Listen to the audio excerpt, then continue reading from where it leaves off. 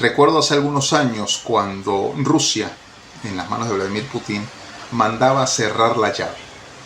Le mandaba cerrar la llave a la Unión Europea, a Europa, la misma que le confiscó en el año 2022, al comienzo de la guerra con Ucrania, 300.000 millones de dólares que aún no han sido devueltos.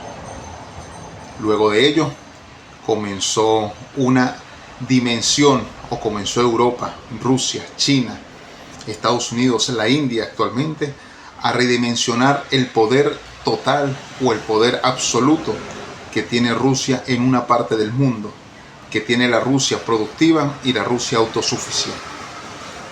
Eso nos llevó a pensar en ese año que podría venirse alguna catástrofe para Europa, catástrofe que parece ser que está todavía retenida por órdenes ya de la élite o que se escapan directamente de la Unión Europea como centro del poder financiero, del poder jurídico y del poder territorial, del poder geopolítico en la Unión Europea.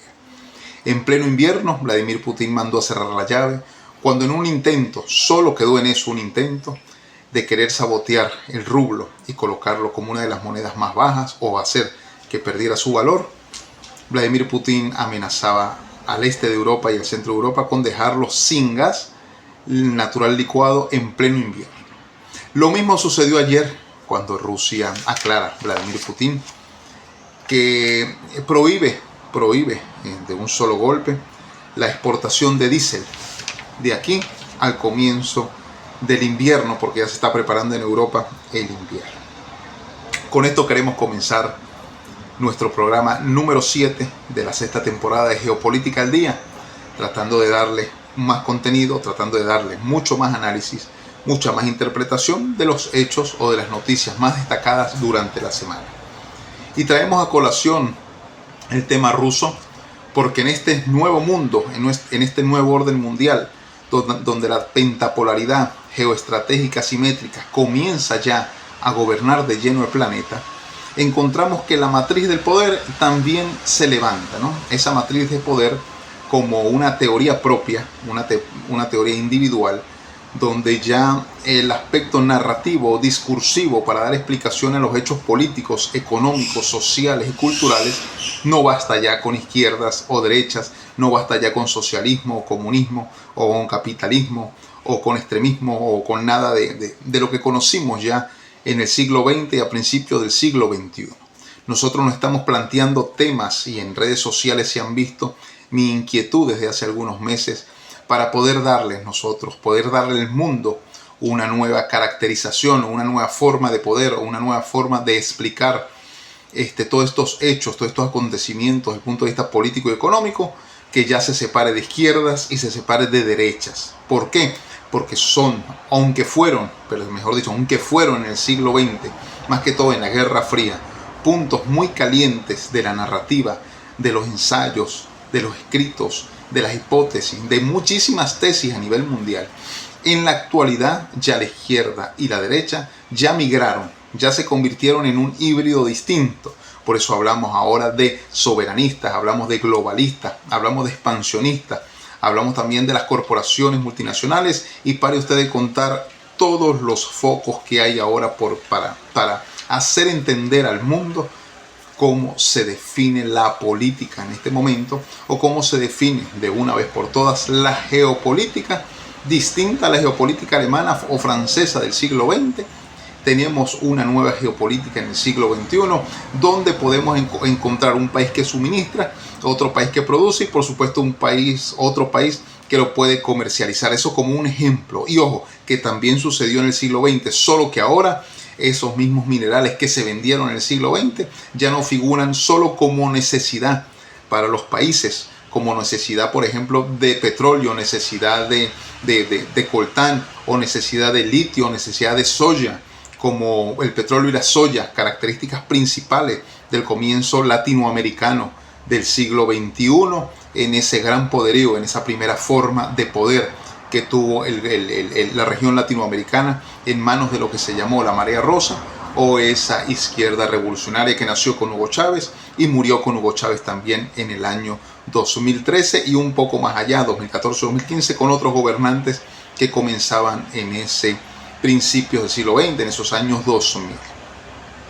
Quería yo empezar este programa con ello y traer a colación dos grandes ejes. El primero, el eje ruso, y el otro, el eje latinoamericano, que son dos grandes ejes en los que también se abastece muchísimo, y por supuesto que son territorios donde se acumulan gran parte de las riquezas mundiales. Muchos se preguntaban, ¿no?, si en el año 2022 a Rusia se le bloquearon, ¿sí?, a través de las sanciones europeas, de la Unión Europea, 300.000 millones de dólares. ¿Qué habría pasado en el 2023, 2024, 2025 si no hubiese aparecido lo que hablamos la semana pasada, o que solo tocamos, porque la semana pasada hablamos muchísimo de Venezuela, sobre el yuan digital y la forma o la correlación entre el que paga, a dónde va el dinero y qué se hace con ese dinero para poder que a Rusia llegase el dinero en dólares también, y que pudiese Rusia, aunque bloqueado, aunque sancionado, seguir operando en un sistema financiero, estando prohibido utilizarlo, ¿no? Recordemos que utilizó un banco chino, se cambiaron en yuanes digitales, y China, por la enorme cantidad de dólares que tiene, pues sigue entregando en dólares a Rusia su dinero, ¿no?, lo que está haciendo. Pero si estaba sancionado, si estaba bloqueado por la Unión Europea, ¿cómo es que Rusia desde el 2022 sigue vendiendo petróleo y sigue vendiendo y sigue prestando servicios si está sancionado, ¿no? La misma pregunta se hacían en Venezuela, con un país bloqueado, con un país sancionado, con un país mediáticamente destruido, con un país internamente destruido política y económicamente por el chavismo. ¿Cómo pasaba esto, no? Bueno, nos enteramos ya que operó de una forma casi clandestina operarios de buques griegos desde el 2023, 24 y 25, ya incluso con datos, una ganancia de aproximadamente 3.800 millones de dólares ganaron todas estas navieras griegas por trasladar el petróleo ruso a algunos ejes comerciales que tiene Rusia, no solamente en Europa, sino también en Asia, y por qué no, también en América Latina en algunos puntos, y también, o por obviedad, con los Estados Unidos de Norteamérica. Se calienta un poco el tema. Hoy queríamos también tocar este tema, aparte de Venezuela, que lo vamos a tocar enseguida, porque es un tema caliente, es un punto caliente. Un punto que también, bueno, ahí veíamos a Luis Olavarrieta, periodista venezolano, haciendo una crítica a algunos youtubers que han aprovechado, o estos influencers, que no sé qué influencia, casi una denuncia, ¿no?, porque se están aprovechando de la desgracia, de la tragedia venezolana, para, bueno, hacer más dinero, tener más visualizaciones, porque así se define el mundo, ¿no? Antes se definía el mundo por otras cosas, ahora se define por quién tiene más likes, quién tiene más visualizaciones. Y bueno, con ello, pues por supuesto que se creó un enorme negocio, porque por eso hay pagos, por eso se hacen propaganda, incluso se estilan marcas dentro de eso. Es un mundo entero, ¿no? Lo que es un universo enorme, lo de las redes sociales, los youtubers, influencers y todas estas personas que a partir de cualquier episodio o hecho trascendental, pues lo que tratan es no de dar noticias, no de informar, no de entretener, sino simplemente de aprovechar el momento para salir retratado en alguna parte, ¿no? Desde Geopolítica al Día hemos mantenido desde el comienzo un objetivo, un propósito, que es informar, un propósito que es analizar. Yo agradezco muchísimo a los nuevos integrantes, los que se vienen suscribiendo al canal desde hace varias semanas. Están viendo que, bueno, los programas han cambiado un poco. Ahora hay más interpretación de hechos. Antes íbamos siempre al punto geopolítico, incluso íbamos mucho a la parte también de la economía. Hemos cambiado un poco porque, bueno, tenemos que informar, tenemos que interpretar, y porque también estamos dando teorías que se están haciendo todos los días. Desde hace más de 10, 15, 20 años estamos trabajando en algunas teorías para América Latina, teorías para Venezuela, ¿no? Una Venezuela que carece de proyectos. Ayer conversaba con algunos amigos. El proyecto educativo que presentaba María Corina Machado ha sido muy discutido, y yo fui uno de los primeros que aclaré que, bueno, ya se lo dijo al imperio que iba a hacer con la economía. Por supuesto, los saboteos iban a venir, porque las potencias, recuerden que no solamente los Estados Unidos, los países potencia, A los países potencia no les interesan que los países de segundo y tercer mundo y de cuarto mundo pues estudien, que se informen y que por supuesto estén al día en este tipo de temas, porque se necesita una sociedad dormida, se necesita una sociedad que obedezca, borregos que obedezcan, y bueno, cuando usted no lo hace, pues usted es tildado de enemigo. Pero en Venezuela se necesita más que decirle en Harvard, donde se sentó María Corina Machado, a hablar sobre un proyecto educativo tipo Noruega, tipo Finlandia, entendiendo que Venezuela tiene un contexto caribeño, un contexto latinoamericano, incluso un contexto español, un contexto africano, un contexto aborigen, ¿no? Hay que entender, a partir de allí tenemos que entender nosotros. Tenemos que entender nosotros que la educación ya tiene que ir dirigida, después de los gemelos, de los terremotos, a explicar una educación antisísmica o una educación sísmica, estar preparados para esto, como lo hizo Chile en su momento, como lo hizo Perú, como lo ha hecho Japón desde hace muchísimos años, porque ya pasamos, se nos fue el tiempo, todo el siglo XX, y no educamos a las generaciones sobre petróleo, entendiendo que era lo que más teníamos. La educación no fue directamente al petróleo, decía ayer un compañero, amigo, Daniel Puente, claro, citando al maestro Luis Beltrán Prieto Figueroa, que toda educación pues responde al modelo sociopolítico que tiene el país. Y si bueno, si hay dictadura, pues la educación está creando dictadores, es la pregunta.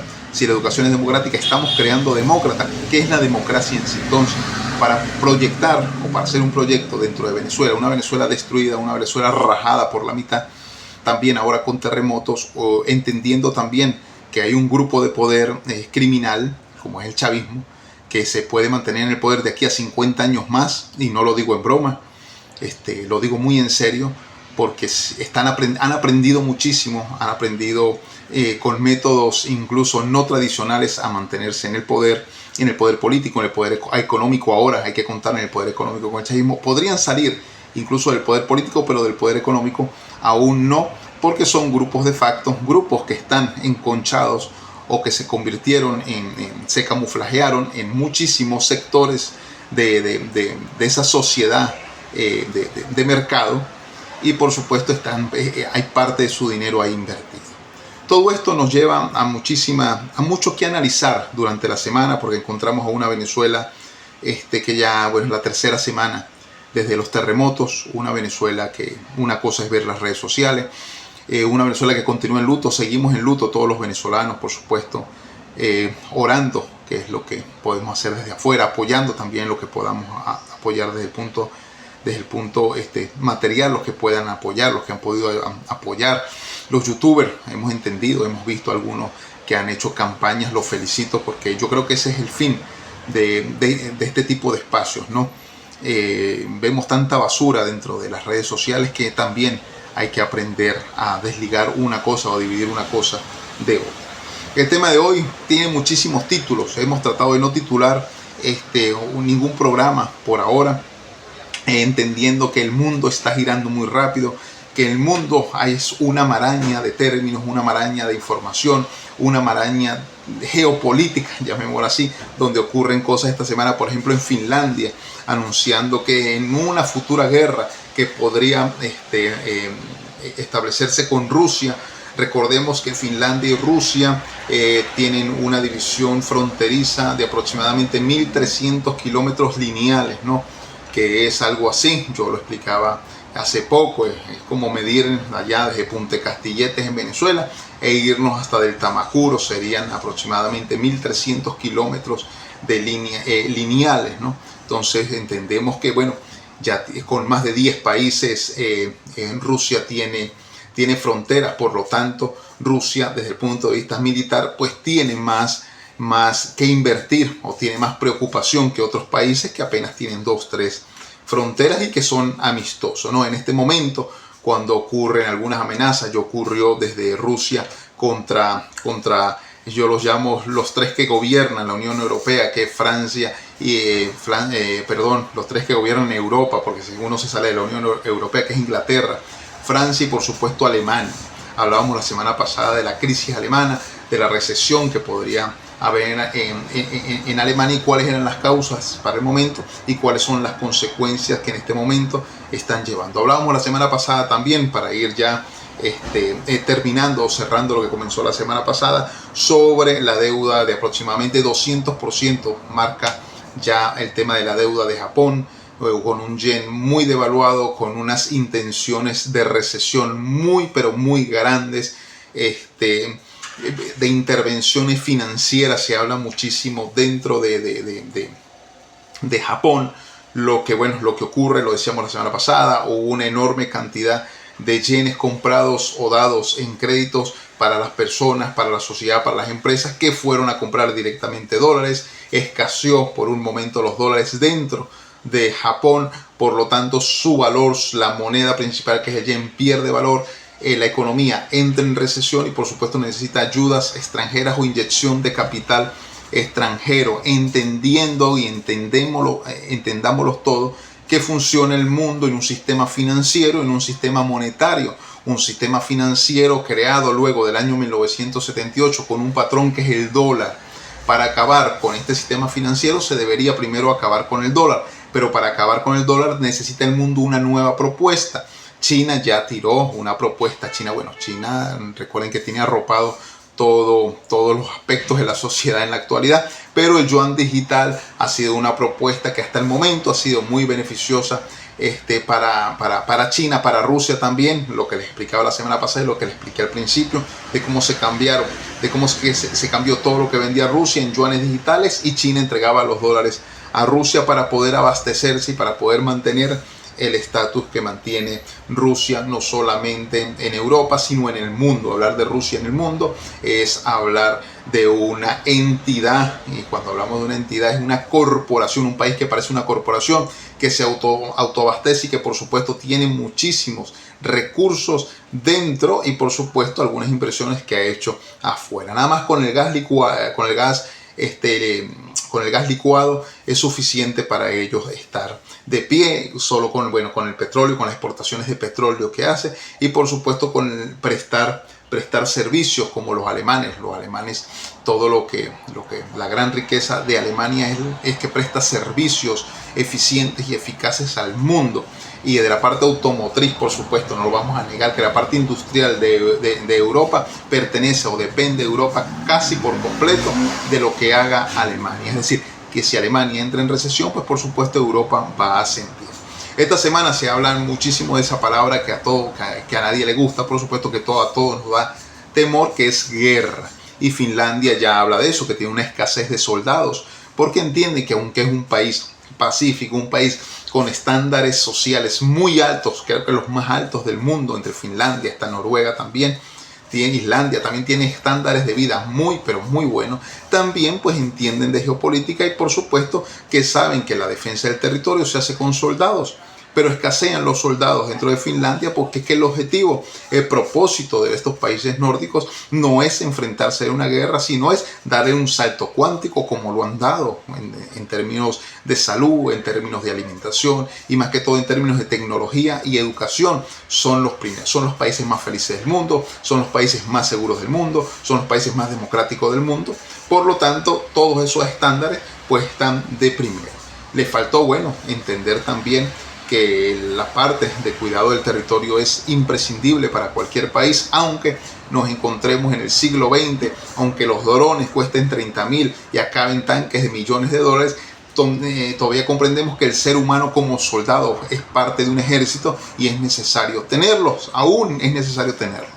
Ya será la Cuarta Guerra Mundial que la lucharán, si queda del mundo algo, la lucharán los robots, los cyborgs y todo esto que nos han mostrado en tanto tiempo en películas y que nosotros pensamos que era ciencia ficción y que en la actualidad estamos viendo algo muy parecido de ello. Esta semana se habló muchísimo aquí en Europa sobre el chat control y aquí un paréntesis muy largo que vamos a hacer en el programa porque desde que comenzamos esta transmisión en enero del año 2025, una semana antes de que llegara al gobierno el señor Donald Trump, nosotros aclarábamos que habían dos esferas, dos mundos, dos órdenes, dos nuevos órdenes que querían implantarse en el mundo, uno tradicional y el otro digital, lo llamábamos así, y cada uno pues tenía sus herramientas claras En la guerra acabamos de decir, bueno, el soldado y en el otro lado está el dron, aquí tenemos el efectivo, en el otro lado está el Bitcoin,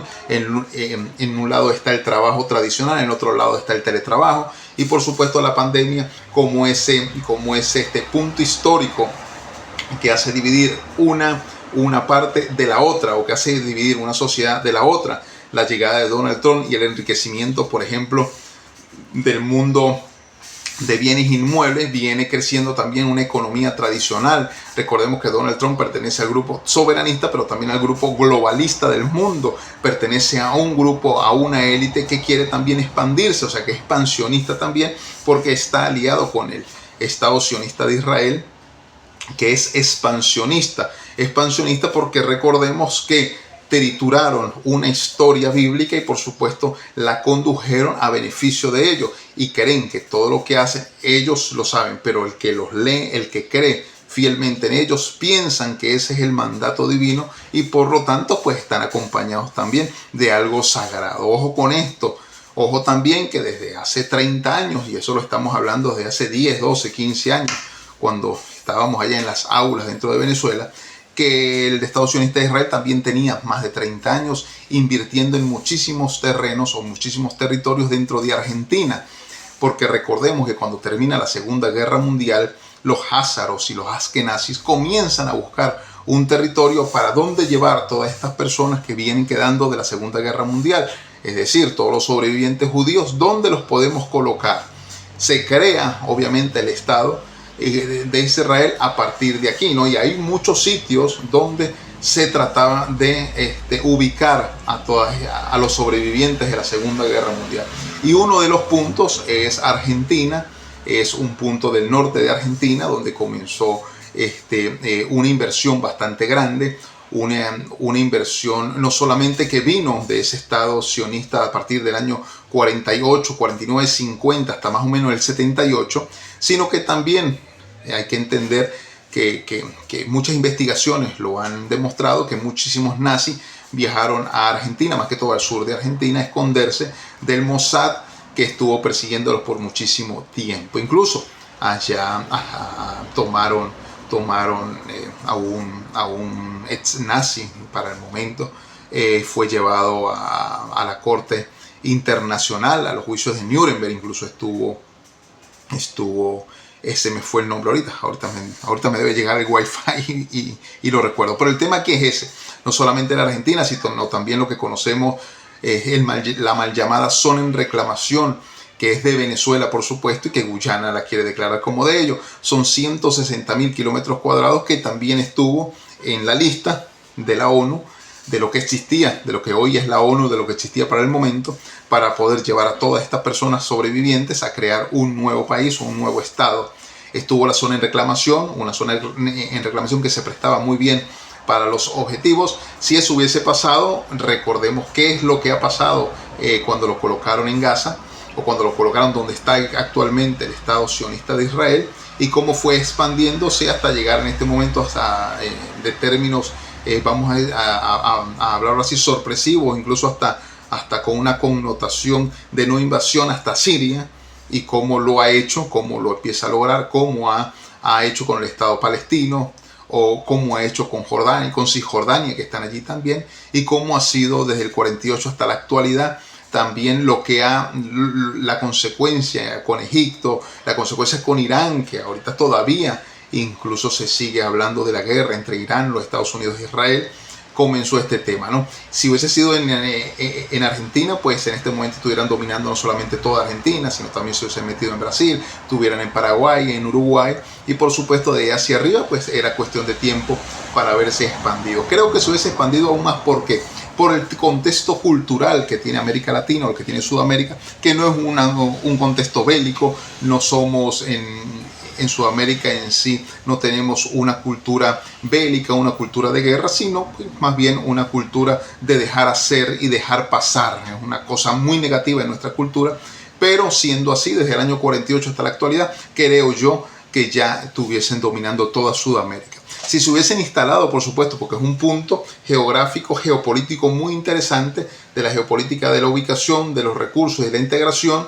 la zona en reclamación, lo que llaman hoy la zona en reclamación, hubiese sido un foco esencial para el sionismo de haberse instalado allí. Ya hubiesen dominado, por supuesto, toda Venezuela, lo que hoy se habla de Guyana, de Surinam, Brasil, Colombia, Ecuador, Perú, Bolivia, y por supuesto que hubiesen llegado hasta Chile, dominando, y también hubiesen dominado Centroamérica y estuvieran ya cerca de México. Y aliado de Donald Trump, pues por supuesto el tema de la Gran América o el gran Estado sionista de Israel hubiese sido una realidad. Pero como no se ubicó en América Latina, sino el Estado sionista de Israel se ubicó donde está en este momento, que es la Franja de Gaza, la expansión ha sido posible, ha sido muy exitosa, pero tiene en contra también otras naciones que en el principio, en ese mismo año 48, amenazaron a ese estado de invadirlo, de acabarlo, y que bueno, 7 potencias para el momento, en el año 48-49, tenían ya misiles preparados para acabar al Estado sionista de Israel, naciente Estado sionista de Israel. No se hizo, bueno, las consecuencias son las que estamos viendo en este preciso instante. Se habla mucho de este tema, yo solo quiero tocar aquí algunos puntos, ¿no? Este tema del chat control, que el Partido Popular Europeo vota casi el 60% a favor, tiene un argumento principal que es el abuso sexual infantil, de estar pendientes en las redes sociales. Obviamente todos los que estamos aquí en Europa con chat control vamos a ser controlados. Como lo decía desde el principio del programa, hablábamos de esos dos tipos, de esos dos focos que entendíamos nosotros, y hablábamos del control total, tipo George Orwell en 1948, la gran novela. Tenemos un hermano mayor que ya nos domina, nos ve, sabe lo que hacemos, sabe cuáles son nuestros gustos, porque nosotros mismos, como lo dije en algún programa hace muchísimo tiempo, le entregamos toda nuestra información. Sí, me gusta el chocolate, me gusta la pizza, me gusta la hamburguesa, me gusta ver fútbol, me gusta escuchar reggaetón, me gusta colocarme zapatos deportivos, me gusta salir a trotar en las tardes, me gusta nadar los fines de semana. Y como le entregamos toda esa información, pues el algoritmo nos entrega solo la información que nos gusta y nos domina, nos tiene total y absolutamente dominados. Y luego de la pandemia, pues la aceleración que tiene la inteligencia artificial desde todo punto de vista en conjunto, pues nos tiene todavía más dominados, porque hasta para ir a dormir le preguntamos a ChatGPT o a otra, a Gemini ahora, que están promocionando muchísimo, que a qué hora debemos dormir para que el cuerpo descanse, ¿no? Ya no le preguntamos a un médico, ya no nos vamos a Google, al antiguo Google, que era el canal de información. No, ya ahora es la inteligencia artificial, ya el algoritmo superó, estamos en la dictadura del algoritmo. Por supuesto que Chat Control nos va aún controlar más, tenemos el control al 100%, porque ahora se va a meter en nuestras llamadas, se va a meter en nuestros mensajes, se va a meter en las imágenes que enviamos, en las imágenes que creamos, y por supuesto en lo que nosotros decimos, porque aunque ya nos escuchan, entendemos que nos escuchan, porque usted dice pizza y a los 3 minutos ya usted se mete en una red social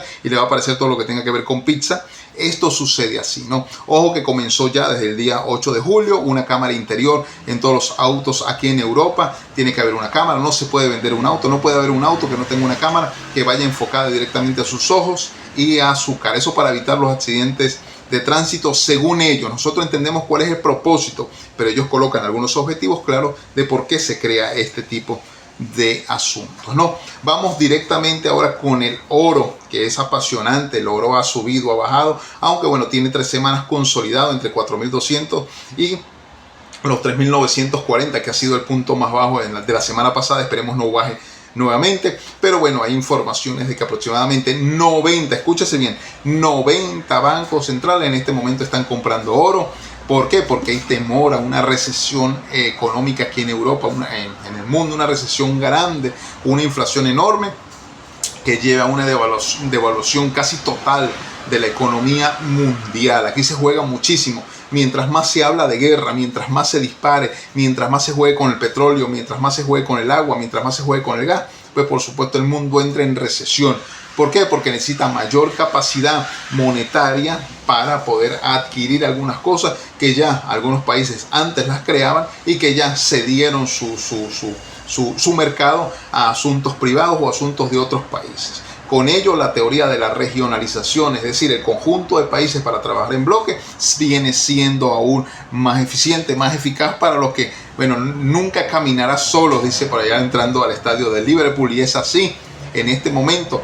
caminar, que un país, una nación, un estado camine solo, está yendo directamente al matadero. Necesitan reorganización, necesita un enfoque geopolítico de regionalización para poder que otro país me brinde lo que a mí me hace falta y yo brindarle a otro país lo que a ese le haga falta. Por ello, los métodos de integración, bueno, vamos a llamarlo tan negativos que han habido en América Latina, porque se ha invertido muchísimo dinero, pero la amistad, piensan mucho, ¿no? Hugo Chávez pensaba que las relaciones internacionales eran de amistad, no de intereses, y por supuesto regaló, el otro día sacamos la cuenta, 240.000 millones, pensando que las relaciones internacionales eran de alegría, eran de amistad, de abracitos y de besitos, de compartir 1, 2 whiskies. No, son de intereses. A mí me interesa el petróleo y por supuesto, si a usted le interesa el petróleo, yo se lo vendo y vale $100, o vale 50, o vale 70. Esos son intereses.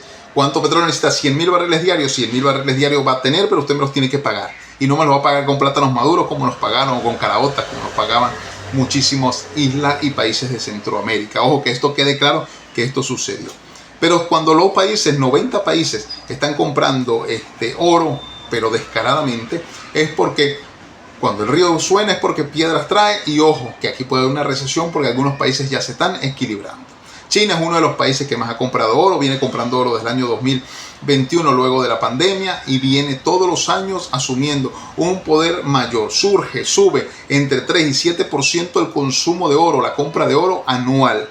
Esto por supuesto va a disparar los precios en algún momento. En algún momento va a pasar el oro, que está ahorita en 4.120, 4.119, 4.104 en este momento, estoy viendo aquí, me informan, 4.104 está el oro, va a tornar dentro de poco en 4.400, 4.500, porque por obviedad yo compro oro para mantener no solamente la estructura monetaria, el valor que tiene el dinero, sino también para obtener mis ganancias en un futuro, y un futuro a corto, no a largo plazo, porque el que hace ahorita tratos o políticas a largo plazo no está en la inmediatez del mundo. El mundo es como las redes sociales, es inmediato. Una información se difumina en 20 días. En 20 días ya no obtenemos información de más nada, ¿no? De la guerra de Irán. Ve que se apagó un poco, ya nadie habla de Irán. Se apaga. Ahorita estamos con el terremoto de Venezuela, que está desde el 24, y por supuesto le ha dado de comer a los medios de comunicación, a los youtubers, pero no van al punto, no van al grano, no van al dolor, al clamor que está sintiendo el pueblo venezolano. Y con este clamor, bueno, vamos a dar un salto cuántico, nos vamos a Venezuela directamente, porque la presidenta encargada, que continúa allí, incluso algunos dicen de facto, otros dicen que ya no debería estar allí, sino que tiene que convocar elecciones. Entendemos que aunque eso debería ser inmediato, es lo que Venezuela necesita, estamos en un tira y encoge, porque durante la semana vimos, bueno, cómo María Corina Machado, incluso lo analizamos en el programa pasado, cómo María Corina Machado de una u otra forma empieza a ser descarte para unos y la última oportunidad para otros. Esa última oportunidad para un pueblo venezolano que ya no cree en líderes. Y ojo, hago aquí la aclaratoria: Venezuela no necesita mesías, Venezuela no necesita políticos mesiánicos, Venezuela no necesita líderes, Venezuela necesita un equipo de trabajo, Venezuela necesita proyectos políticos, Venezuela necesita un proyecto económico serio, y los proyectos económicos lo dan los especialistas, entendiendo de qué podemos nosotros extraer, que tenemos una industria petrolera que está mejor que la industria petrolera del año pasado, porque, bueno, nada más los datos que se han vendido a los Estados Unidos o se ha llevado a los Estados Unidos, no sé cómo decirlo, defínanlo ustedes y me lo dan en los comentarios. Los Estados Unidos se ha llevado aproximadamente 100 millones de barriles de petróleo, que son en cálculo unos 8.000 millones de dólares. Vuelvo y repito, desde el 3 de enero que extrajeron a Nicolás Maduro y pactaron con Delcy Rodríguez, con Jorge Rodríguez, con Diosdado Cabello, los Estados Unidos de Norteamérica, a través de las empresas petroleras, ha extraído aproximadamente 100 millones de barriles de petróleo. 100 millones de barriles de petróleo, que hay en cálculo comercial, de comercio, da posiblemente 8.000 millones de dólares. De eso, obviamente, a Venezuela le debe entrar algo de dinero, solo que cuando dicen que la extracción costó 3.000 millones de dólares y que ellos ya se cobraron, pues se lo cobraron ya casi 3 veces la extracción, ¿no? Y obviamente que haber movido todo eso que movieron al Caribe, Venezuela tuvo que asumir el pago de ello. Qué triste, ¿no? En 1830 el general Páez tuvo que a asumir el pago al Banco Británico de la independencia y de los préstamos que había hecho Simón Bolívar para la independencia no solamente del territorio hoy venezolano, sino de ahí para abajo todo lo que pudo hacer Bolívar hasta que llegó a Bolivia, ¿no? Entonces, bueno, entendemos eso. Venezuela tuvo que pagar y también tuvo que pagar el general Páez, y luego de ello con alguna parte del territorio cedido a Colombia, porque perdimos territorio después de 1830 con el invento también de Simón Bolívar, que ya veía la regionalización. Bueno, el primero que la vio fue el gran prócer, el americano más universal que ha existido, que es Francisco de Miranda. Ya había propuesto la Colombia, un país desde el Mississippi hasta Tierra de Fuego. Lo creó como regionalización porque entendía que el mundo iba a ser eso, que el mundo iba a ser un mundo menos compacto, y por supuesto necesitaban entidades de países unidos que pudieran luchar contra lo que se venía, porque entendían el mundo de 200 años después. Bueno, 200 años después podemos comprender hoy, cuando vemos el mapa de Venezuela, que estamos luchando la zona de reclamación que nos pertenece, que también perdimos los llanos orientales para nosotros, occidentales para nosotros, orientales para Colombia. Lo perdimos con Colombia, y que perdimos parte con Brasil, que perdimos también parte del Caribe, sin parte de alguna región insular. Perdimos, bueno, si usted ve Zulia, La Guajira, perdimos casi el 60% de La Guajira que nos pertenecía a nosotros. El pago que Venezuela siempre ha hecho ha sido mucho más costoso, y esto pasó luego de la independencia. En 1830 el general Páez asumió el pago de todo esto al Banco Británico. Luego, bueno, entendimos nosotros que Chávez también pagó una deuda eterna que se tenía con el Fondo Monetario Internacional, y que después de eso tuvo que pagar, o lo que vimos ahí, 240.000 millones que en condonaciones de deudas con otros países que le tenía a Venezuela. Y ahora pues le tocó a Venezuela pagar un movimiento de Donald Trump, un movimiento de los Estados Unidos de Norteamérica, con todas esas naves, todo eso que dio espectáculo, y que posiblemente Netflix esté sacando algún documental, serie o película dentro de poco.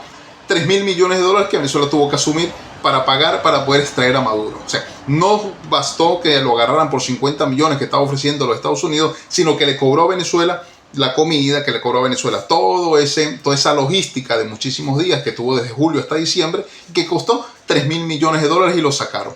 Pero ¿qué es lo peor de esto? Que esos 8.000 millones de dólares que se han extraído en petróleo en Venezuela, no se dan datos claros de la reserva del tesoro. ¿Cuánto le quedó al tesoro de los Estados Unidos? No se sabe todavía, porque no nos dan datos. Seguimos nosotros en un mundo informado, en un mundo donde están las redes sociales, en un mundo donde todo el mundo quiere hablar, todo el mundo es protagonista, todo el mundo es periodista, todo el mundo es analista, todo el mundo es sociólogo, todo el mundo es antropólogo, todo el mundo es historiador, todo el mundo escribe, y bueno, hace de todo ahora todo el mundo, y lo dan por redes sociales. No tenemos cuánta cantidad de dinero de esa ha entrado a Venezuela, cuánto dinero de eso le ha entrado al tesoro estadounidense, y qué se ha hecho con la otra parte de dinero.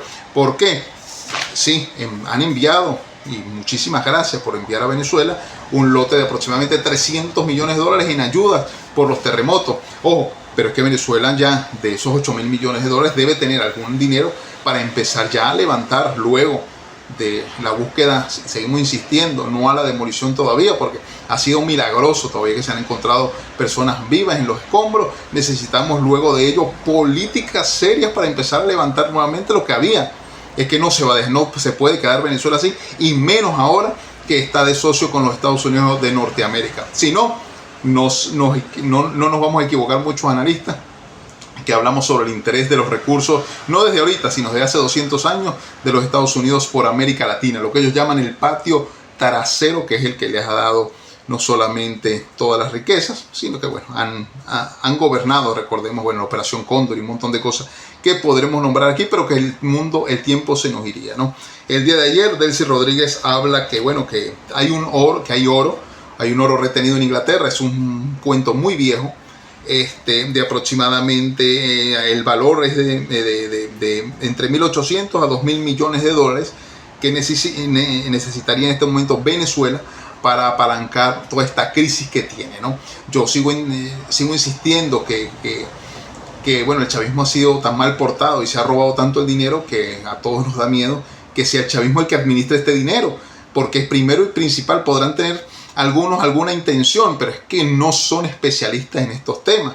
Dentro de Venezuela no hay especialistas en la política que estén dirigiendo Venezuela, aunque estudiaron muchísimo. En su mente criminal, en su mente corrupta, pues sigue estando la esquilmación y el saqueo del dinero, porque es que a Venezuela no le puede caer dinero porque siempre hay un guiso de por medio. Entonces, tendría el mundo, las relaciones internacionales, empezar a crear quizá un banco que vaya directamente a ese dinero y que pueda ser apalancado con concesiones para empezar a comenzar los trabajos urgentes en Venezuela, y no solamente en infraestructura habitacional, sino ir directamente también a sanear toda esta crisis sanitaria que hay en Venezuela, y por supuesto ir corrigiendo algunas de las cosas que podamos corregir. Hay dineros, recordemos que hay 40.000 millones de dólares retenidos de lo que se le ha quitado a Venezuela desde que comenzaron las sanciones del 2017 al 2025, y que hay 350.000 millones de dólares en diferentes bancos del mundo que todavía no entregan ese capital. Ojo, que dinero aquí hay reservas, y Venezuela podría hipotecarse, podría, firmar una concesión de 80 años con empresas para petróleo, para el gas y por supuesto para la esquilmación de nuestro territorio en Bolívar. Pero es que ¿qué más queda aquí? No, nadie va a dar nada de gratis. El único que regaló fue Chávez, que regaló 240.000 millones de dólares con Maduro, condonó deuda, pero nada nos han regalado a nosotros, porque incluso el tiempo que enviaron alguna propuesta de ayuda humanitaria, dinero para ayuda humanitaria, pues vino Juan Guaidó y su grupo y también se lo saqueó, se lo robó. Con esto entendemos que Venezuela lo que necesita es un proyecto político serio, y necesita por supuesto políticos, pero políticos serios, personas que vayan a hacer el trabajo, porque es que si vemos de un lado están muy encochinados, pero si vemos al otro lado pues también están encochinados. Entonces no vamos a entender nosotros, estamos en la cabeza en este momento de Donald Trump, y si mira para los dos lados pues dirá, pero ¿a quién le voy a entregar el país? ¿No? Porque ojo, él se cita como heredero de Venezuela, incluso con ese grotesco, grosero plan que es Estado 51. Ojo con esto, ojo, que es simbólico, el ataque fue simbólico a Caracas y a La Guaira, fue simbólico para destruir una nación entera. Lo que pasa es que el venezolano, incluso en este terremoto lo hemos visto, y se ha levantado. Lamentable, siempre lo vamos a decir, estamos de luto por todas las víctimas que ha tenido Venezuela bajo los escombros, con estos enormes terremotos que hubo, con todo lo que ocurrió en Venezuela. Pero Venezuela sigue insistiendo en levantarse, sigue en el round 10, contándole el referee a 8, se sigue levantando, y nos vamos a seguir levantando, que de esto no quepa duda. Pero necesitamos por fin, de por Dios diría el colombiano, necesitamos un plan, un proyecto político serio. Si no, iremos a salir aquí, y lo invito a los analistas, cientos de analistas que yo escucho semanal para poder dar información. Yo tengo que nutrirme también de otros. Hay ideas muy propias, ideas muy mías, hipótesis, teorías, tesis muy mías, pero que también necesito información de los demás. Vayamos a crear un proyecto político para Venezuela desde el 2027 hasta el 2057 más o menos, que son próximos 30 años, y que a la edad que estamos nosotros pues todavía podremos en el 2057 pues darle algo al país, ¿sí? A ese país que vamos a heredar. Yo ya lo decía, ¿cuál es el país que vamos a heredar? Un país endeudado, donde yo, mi hija y mis nietos van a seguir estando endeudados, y por supuesto 2, 3 generaciones más van a seguir endeudadas. Pero no quedó de otra. Con esa triple crisis que tenemos en Venezuela, es mejor levantarnos con nuestros propios recursos. Sigo insistiendo en un proyecto político. Con el oro, sigo insistiendo, queda el oro a nivel internacional. Recuerde que da confianza, es como hablar de Bitcoin. ¿Por qué Bitcoin no ha llegado a $500.000 un Bitcoin? Porque es que no hay confianza del mundo tradicional, que gobierna aproximadamente el 65-70% de la economía mundial. Sigue siendo tradicional la economía. Para dar el salto a la economía digital falta aún un tiempo. Y el tiempo está llegando. Aquí en Europa ya se vienen muchísimas cosas. Viene chat control, después viene el euro digital, donde ya el dinero físico no va a existir. Y entonces vamos a tener un monto, por ejemplo, 2.000 euros que comienzan a correr desde el 1 de agosto del 2027, por ejemplo, y terminan el 1 de septiembre del 2027. Si usted no se ha consumido los 2.000 euros, pues se los quitan. Se los quitan porque el otro mes vienen 2.000 más. No es que van a sumar, si le quedaron 500, 2.000, no, 2.000 más. Los pierde. Así que tiene usted que consumirlos a juro. Aquí están evitando, por supuesto, muchísimas cosas que podríamos hacer, o que podrían hacer los europeos con esa cantidad de dinero, ¿no? Aquí nos llama muchísimo la atención algunas cosas, ¿no? Y más que todo vienen elecciones de medio término en los Estados Unidos que, por supuesto, la mala figura, la mala fama que está teniendo Donald Trump, no solamente dentro de los Estados Unidos, sino a nivel mundial, más que todo con este grotesco episodio en el mundial, donde se le quita una tarjeta roja a un jugador de los Estados Unidos de Norteamérica. Ya el fútbol dejó de ser fútbol desde hace rato, lo venimos diciendo nosotros. El fútbol es el mayor distractor, disculpen ustedes, el mayor distractor del mundo en este momento. Hay juegos de lunes a lunes y hay un comercio, hay unas ganancias. La suma de las ganancias de la FIFA y de los países organizadores en este mundial, sumados los 4 anteriores, todavía no les llega. La suma es monumental lo que han ganado. Entendemos que ahora hay 4 tiempos en un juego. Hay 2 tiempos en el primer tiempo y hay 2 tiempos en el segundo tiempo, más el tiempo de los 45 minutos. Tenemos 5 episodios en el que el juego se detiene y 5 episodios en que las publicidades, las propagandas, ahora más rápidas con inteligencia artificial, pues por supuesto son más eficientes y la cantidad de dinero que se está moviendo es muchísima. A mí me gusta ver el fútbol, por supuesto amo el fútbol, pero como fanático, sigo insistiendo que verlo como fanático. Si le meto yo cabeza, análisis, interpretación, dejaría de ver fútbol, porque encontraría en cada uno de los partidos algunas cosas que no me agradarían y por supuesto empezaría yo también a hablar en contra, no del fútbol, porque el fútbol es el deporte, sino de las organizaciones, de las federaciones y por supuesto de la FIFA, de la UEFA y de todas estas cosas que empiezan a suceder. También hay elecciones, recordemos que está la lucha entre Netanyahu y el ex general Gadi Eisenkot. Tiene Eisenkot la mayoría en este momento de probabilidades de levantarse como el ganador. Necesita rápidamente el Estado sionista de Israel un cambio para sacar a Netanyahu, que ojo, esperaremos que cuando salga de su gobierno siga lo de la Corte Penal Internacional por crímenes de lesa humanidad y lo hagan pagar. Obviamente, eso sería en un espectáculo, eso sería en otro planeta, no en otro mundo. En este mundo no sucede eso, porque los que gobiernan saben para dónde va ya Netanyahu. Lo vamos a ver como al secretario de alguna cosa o simplemente detrás de esos grupos aquí. Pero lo más importante aquí, para ir ya tratando de cerrar el programa, es que Gadi Eisenkot es en este momento uno de los mayores patrocinadores de J.D. Vance, el vicepresidente de los Estados Unidos de Norteamérica. Hay 2 rivalidades dentro de los Estados Unidos. Está Donald Trump y está J.D. Vance, que es el vicepresidente estadounidense, que no lo ha sacado Donald Trump porque el vicepresidente es escogido por el pueblo a través de las elecciones. Ojo, ¿no? Y Eisenkot, y por supuesto está Benjamin Netanyahu y Donald Trump, y aquí en este foco está Eisenkot y ahora J.D. Vance, que se promueve ahora como el principal del Partido Republicano. ¿Por qué no Marco Rubio?, se preguntarán todos. Bueno, para un hombre como Donald Trump, el apellido Rubio, que es un apellido muy latino, no gusta muchísimo.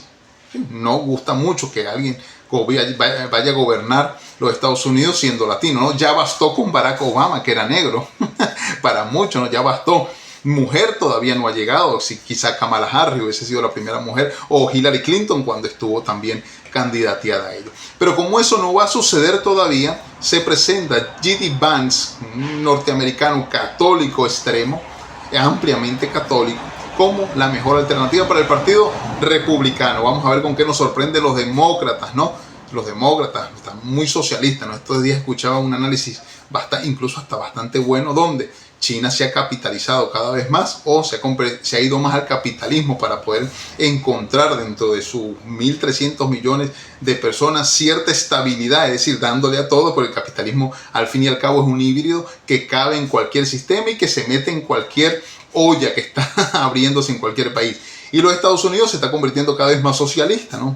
Veamos Nueva York y veamos algunos líderes que comienzan también en cadena a empezar a ganar no solamente escaños ahí en el Senado, sino también bastante popularidad en algunas regiones estadounidenses, más que todo al sur y al norte, ¿no? Ese centro. Los Estados Unidos también tiene una división política bastante seria, ¿no? Hay estados que se juegan muchísimo, eso lo vamos a ver en el medio término que vienen ahora, ¿no? Sigo insistiendo en cada uno de los programas en aportar, vamos a aportar. Esto que se habla muchísimo de Europa en guerra, la OTAN estaba ya a punto de morir.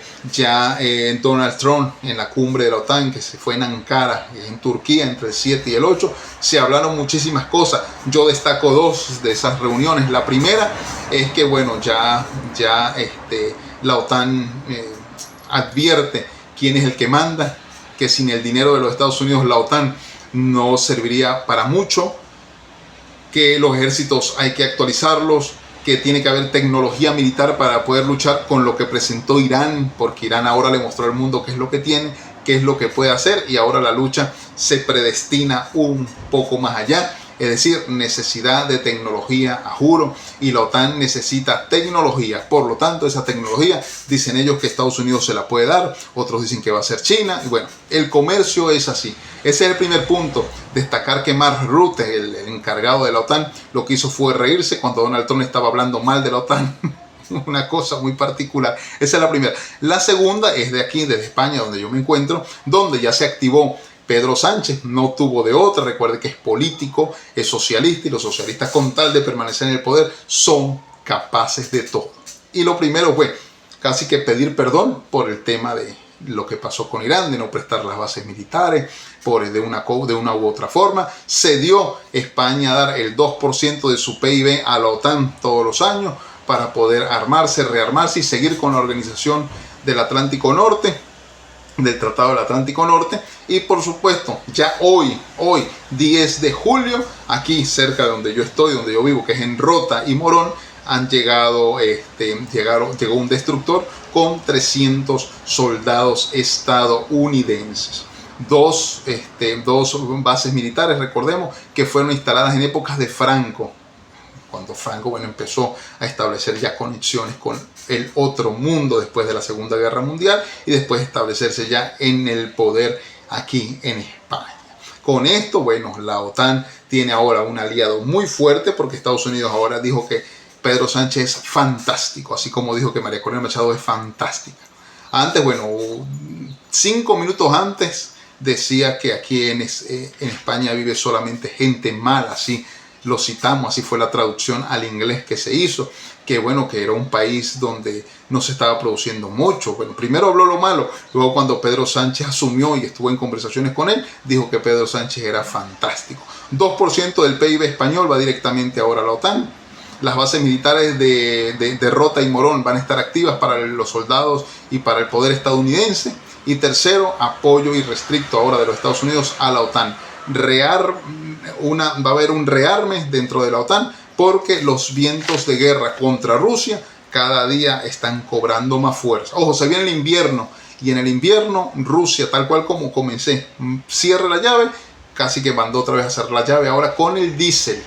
Están prohibidas las exportaciones del diésel. Aquí vamos a ver quién es más fuerte y quién necesita más de quién. Así que sin más, solamente seguir orando al único que todo lo puede, al creador de todo, al omnipotente, al omnipresente, a Dios, que Venezuela se levante, que Venezuela pueda tomar buenas decisiones, y que los que estamos fuera de Venezuela podamos aportar ideas también para la consecución política de una nueva nación.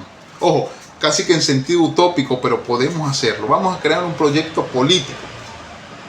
Entender también, por supuesto, que el chavismo existe. Si hay un error clave que cometieron todos los líderes, desde el año 2000 para adelante, ¿no?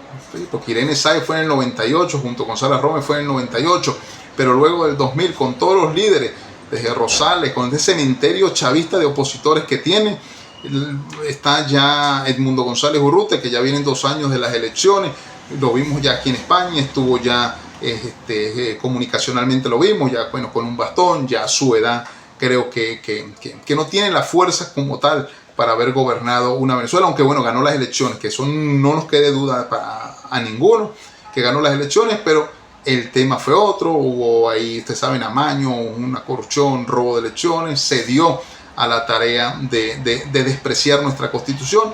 Luego, lo que se vino con la extracción, que si hubiese que hubiese sido mejor el remedio para ese momento de haber decidido, sí, haber entregado el poder a Edmundo González Urrutia en el mismo instante, y quizás todos estuviesen libres, Nicolás Maduro estuviese libre, quizá en Moscú, quizá en La Habana, quizá en alguna otra parte, quizá en los Estados Unidos, que hubiese pactado, porque la política y la constitución estadounidense, la ley estadounidense lo permiten en algunos estados, estar allí, haberse pagado una fianza, haber estado libre, ¿no? Con su esposa, con su familia, y el poder en este momento pues hubiese estado en Edmundo González Urrutia, o ya hubiésemos tenido en Venezuela unas elecciones generales y tuviésemos más bien planteando el tema de la Venezuela que viene para el 2057, 2060, porque allí lo conectamos con el tema de la nueva América Latina, donde hay un programa especial donde Paraguay parece ser la nueva niña mimada del mundo en América Latina. Así que bueno, me despido, que pasen un muy feliz fin de semana, una feliz semana. Ahí vamos a estar informando por las redes sociales muchísimas